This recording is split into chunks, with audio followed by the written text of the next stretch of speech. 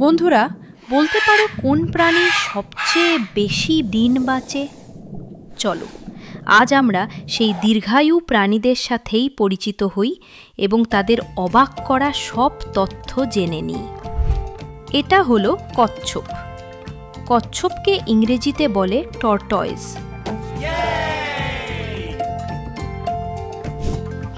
এরা খুব ধীরে চলে কারণ এরা শক্তি সঞ্চয় করে, যা তাদের দীর্ঘ জীবন পেতে সাহায্য করে।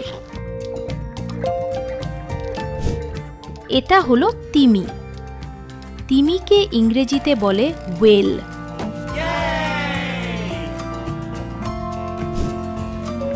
তিমিরা নিজেদের মধ্যে যোগাযোগের জন্য এক ধরনের গান গায়, যা পানির নিচে শত শত কিলোমিটার দূর থেকেও শোনা যায়। এটা হলো হাতি। হাতিকে ইংরেজিতে বলে এলিফ্যান্ট। হাতির স্মৃতিশক্তি এতটাই ভালো যে তারা বহু বছর আগের ঘটনা বা চেনা মানুষ ও স্থান মনে রাখতে পারে। এটা হলো তোতা। তোতাকে ইংরেজিতে বলে প্যারেট।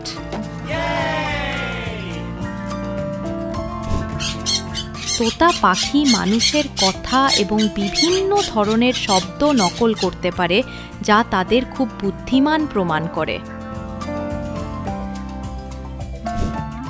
এটা হলো কই মাছ। কই মাছকে ইংরেজিতে বলে কই ফিশ।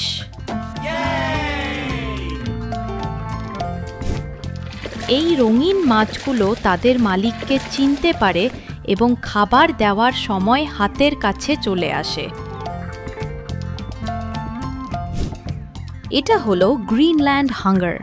একে ইংরেজিতে বলে গ্রিনল্যান্ড শার্ক। এটি পৃথিবীর সবচেয়ে দীর্ঘজীবী মেরুদণ্ডী প্রাণী, যা প্রায় 500 বছরও বাঁচতে পারে। এটা হলো লবস্টার। লবস্টারকে ইংরেজিতে বলে লবস্টার। লবস্টার বয়সের সাথে সাথে দুর্বল হয় না, বরং এরা সারা জীবন ধরে বড় হতে থাকে এবং আরও শক্তিশালী হয়। এটা হলো রাজহাঁস। রাজহাঁসকে ইংরেজিতে বলে সোয়ান।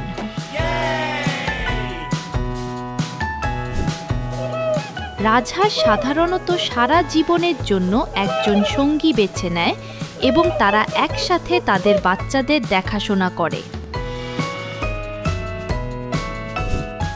এটা হলো ম্যাকাও। ম্যাকাওকে ইংরেজিতে বলে ম্যাকাও।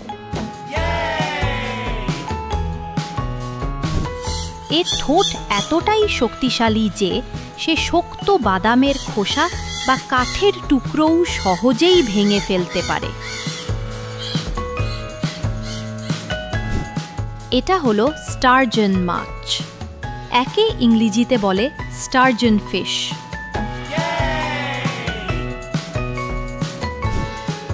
এই মাছটি ডাইনোসরের যুগ থেকেও পৃথিবীতে বেঁচে আছে, তাই একে জীবন্ত জীবাশ্ম বা লিভিং ফসিল বলা হয়।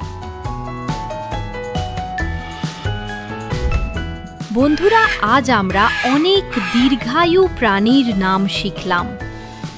তোমাদের কোনটা সবচেয়ে আশ্চর্য লাগলো?